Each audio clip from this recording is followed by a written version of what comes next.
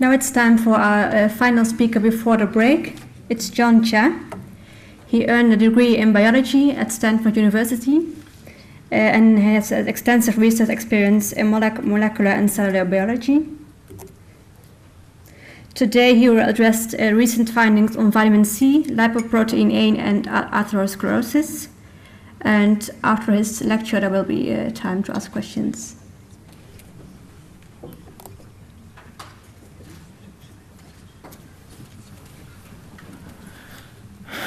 Good afternoon.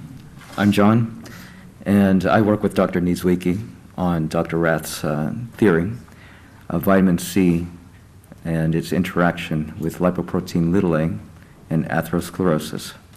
So today we have some new results regarding a new transgenic mouse that generates the human lipoprotein a and cannot produce its own vitamin C. And this extends his idea from nearly 30 years ago, approximately. So it's been a long time coming. And the idea being that the building and reparative properties of lipoprotein a manifests itself under subclinical scurvy. And so we and others have confirmed this idea so that our current results and those of others take this to a working theory in 2015. We have a new paper published that you may have seen, which is a conventional way to package these results. And that will be widely available for everyone. And today we have some results here, including the ones you'll see in the paper, as well as some that are not in the paper.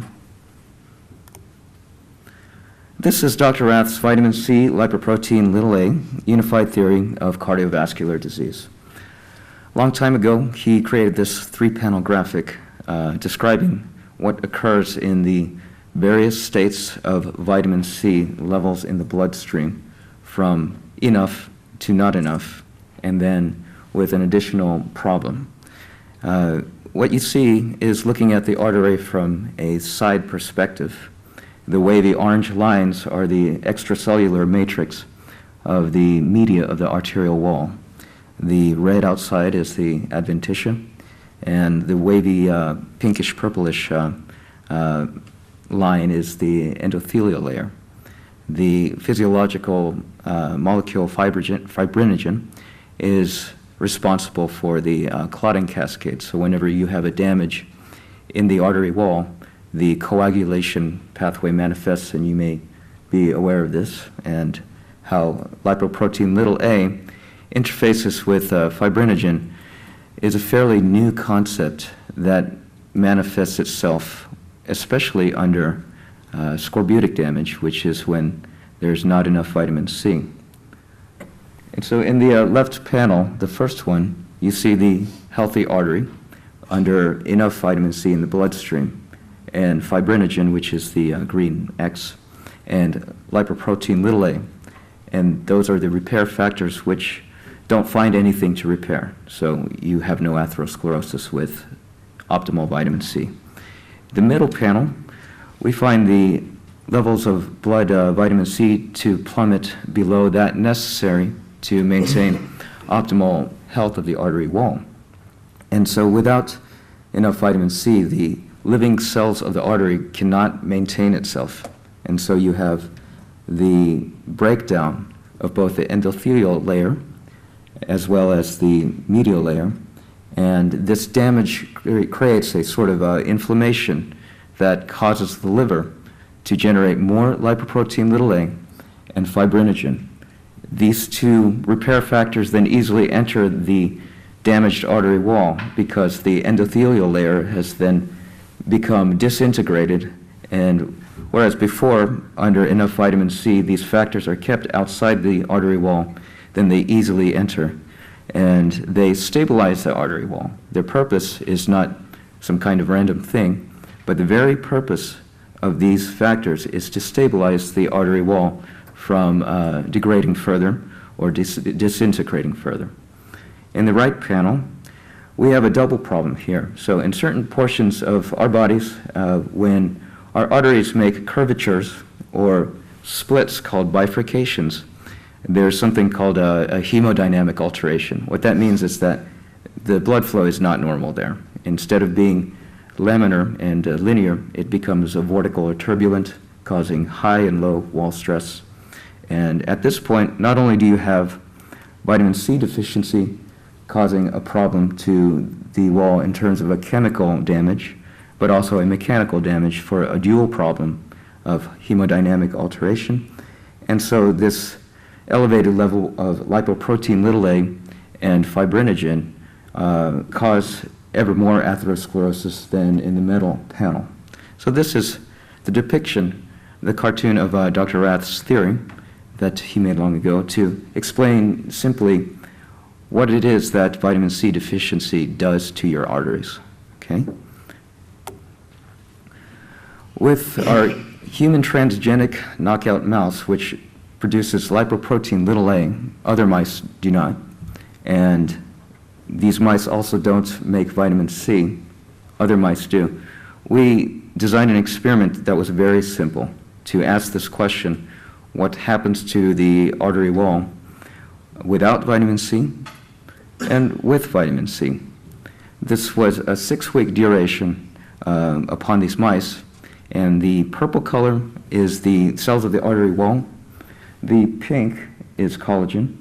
The black, which is very pronounced, it's something called the elastin layers, and without these, the artery is dysfunctional, weak, and is prone to snap apart.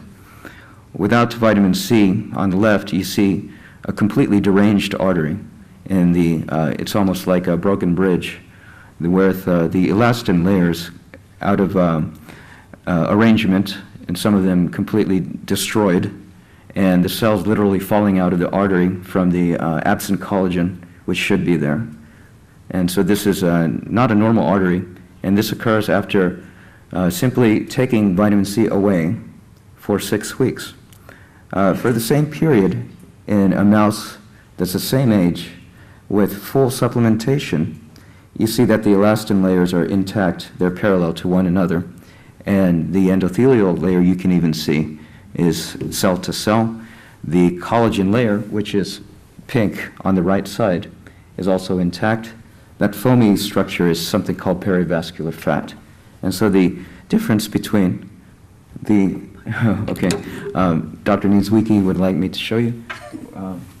So here, I will show you the break in the elastin without vitamin C, which is here.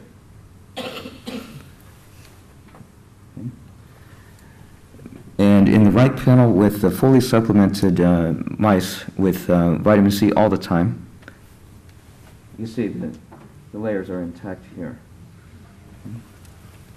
So we see nothing abnormal in this with full vitamin C.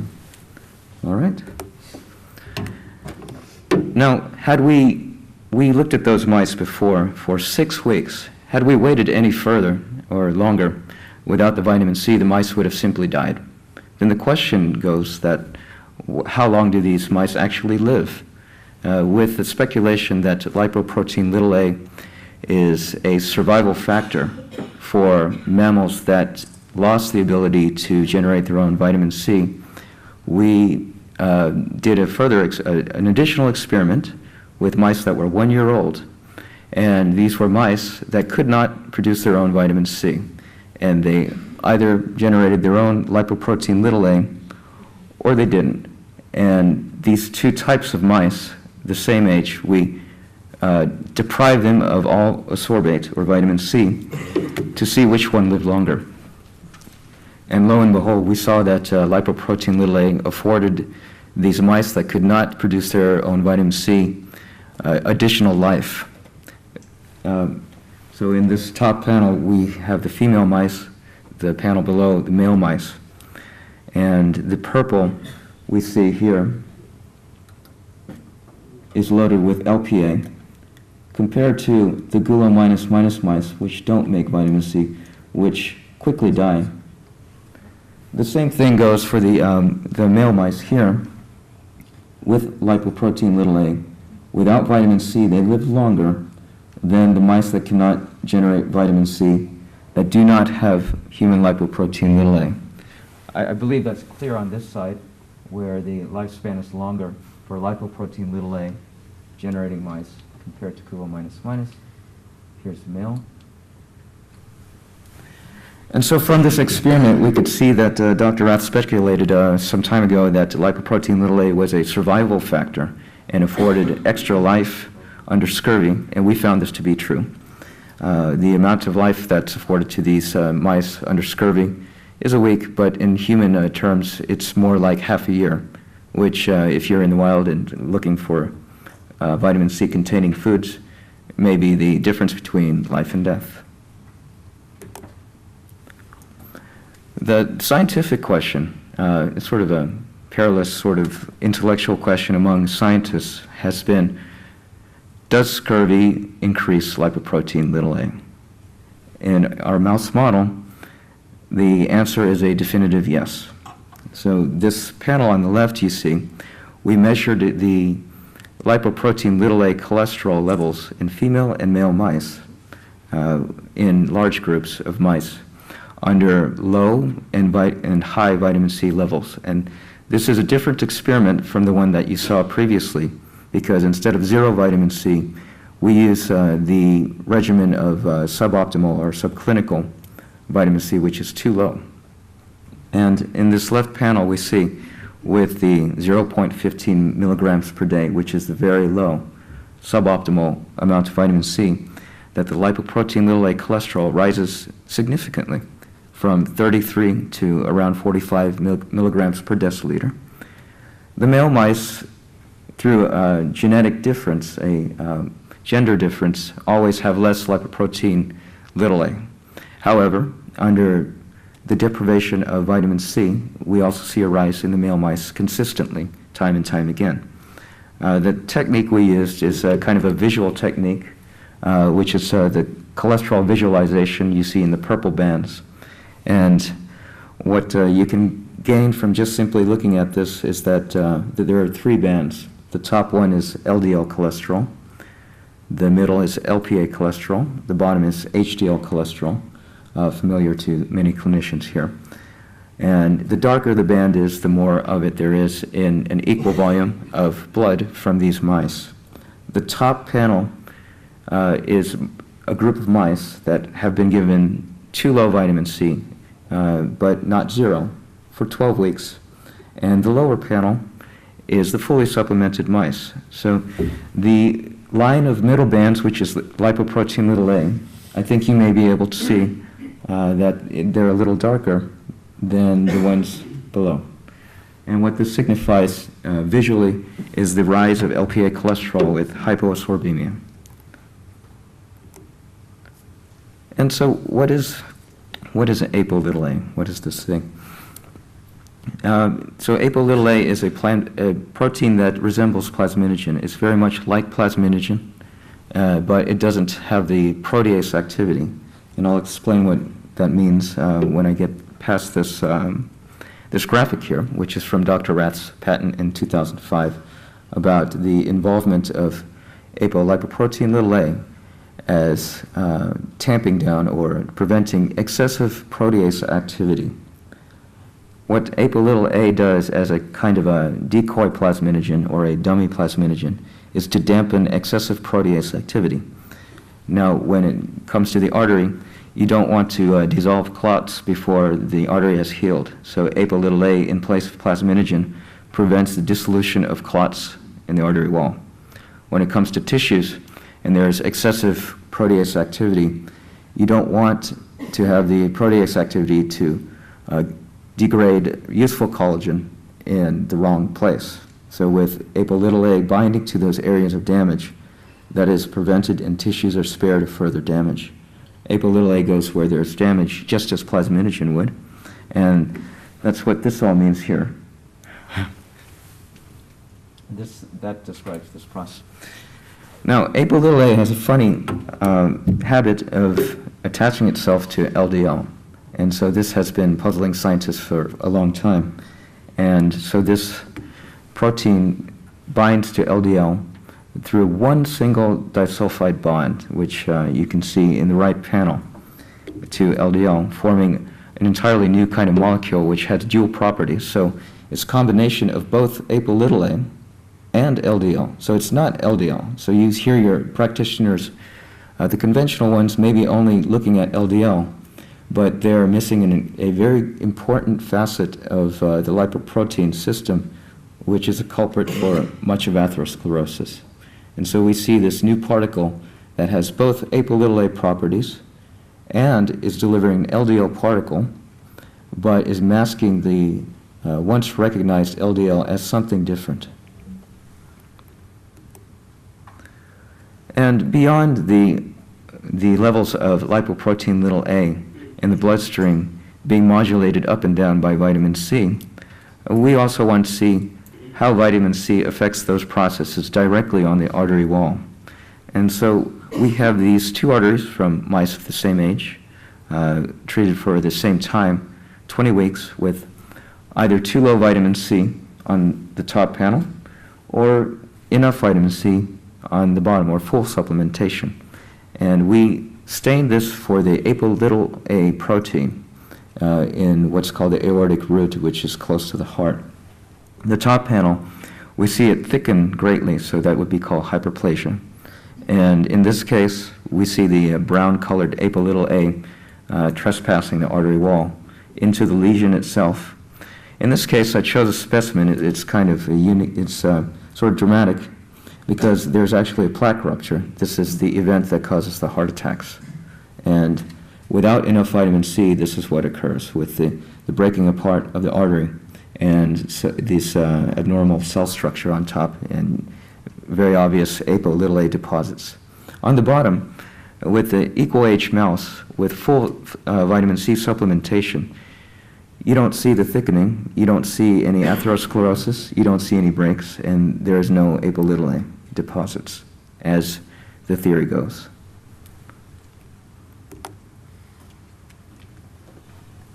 Okay, so this title is wrong. Cellular medicine towards decreasing economic burden of disease. That's true.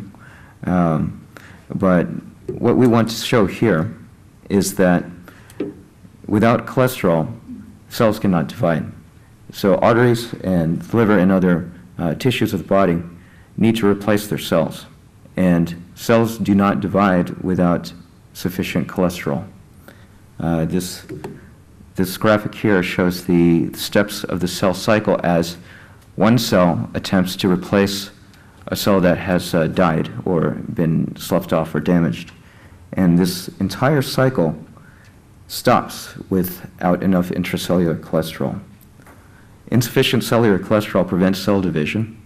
Statins suppress cellular cholesterol synthesis. For practitioners who are debating the efficacy of statins, well, statins are very effective at lowering cholesterol indiscriminately in all the cells that it approaches, including the cells that need to replace other cells. And arteries need to replace cells too. Additionally, the liver, the target of statins, also needs to replace cells, but how can these tissues do so if they don't have enough cholesterol?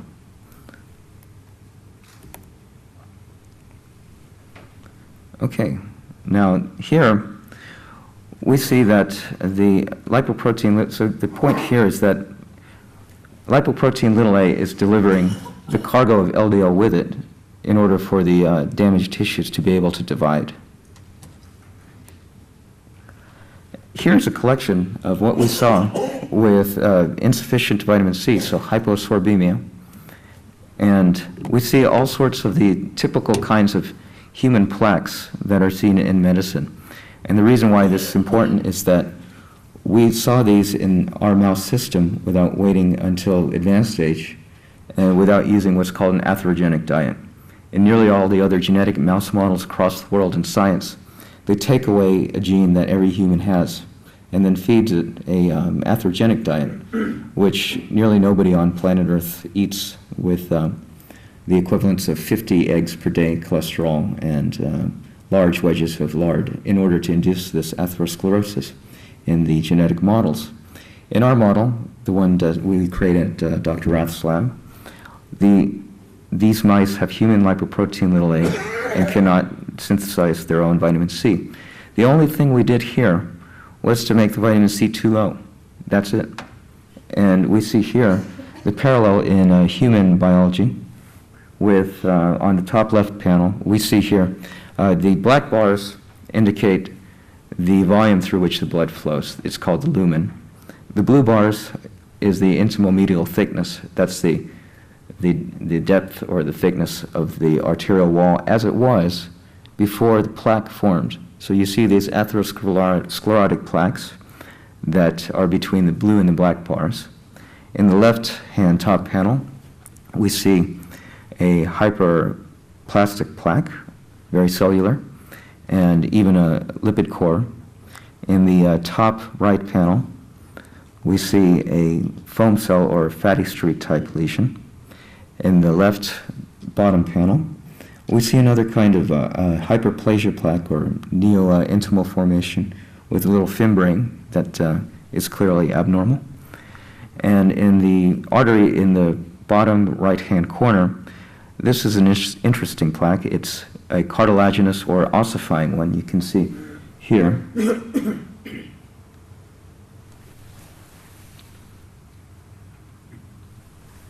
And this goes to show that in this system, that hyposorbemia itself creates atherosclerosis upon the LPA deposition without use of the fatty diet or removing important genes that all humans have. And lastly, we see here in advanced age mice that have been on ample vitamin C or not enough, the hyposorbemia condition creates some very severe massive plaques. The left panel, we see a set of arteries from a mouse that was on this regimen of too low vitamin C for 20 weeks.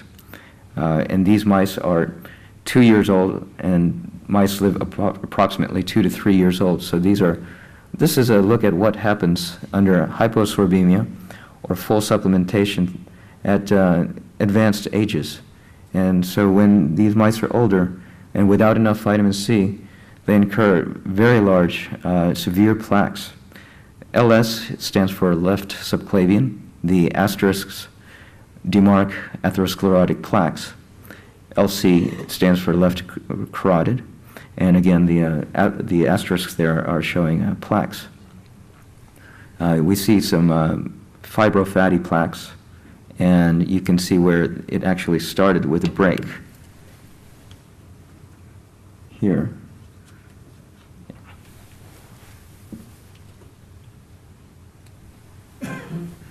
And on the right is a representative set of arteries from a mouse that has been fully supplemented at the same age, in advanced age of 2 years.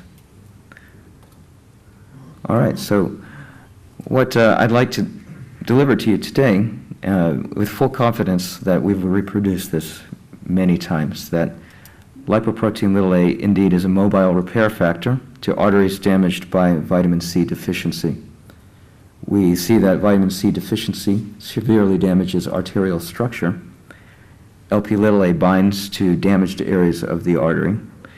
Artery walls thicken where LPA is deposited, providing structural reinforcement against the scurvy hemorrhaging, which is the end result of vitamin C deficiency. We have to remind ourselves that still today, we will all die without vitamin C, so that much remains true. In chronic subclinical vitamin C deficiency, this continual repair process creates the various types of large plaques in the artery without administering an experimental atherogenic diet. Okay, so that I ran through this fairly quickly. How are we doing on time? Yes.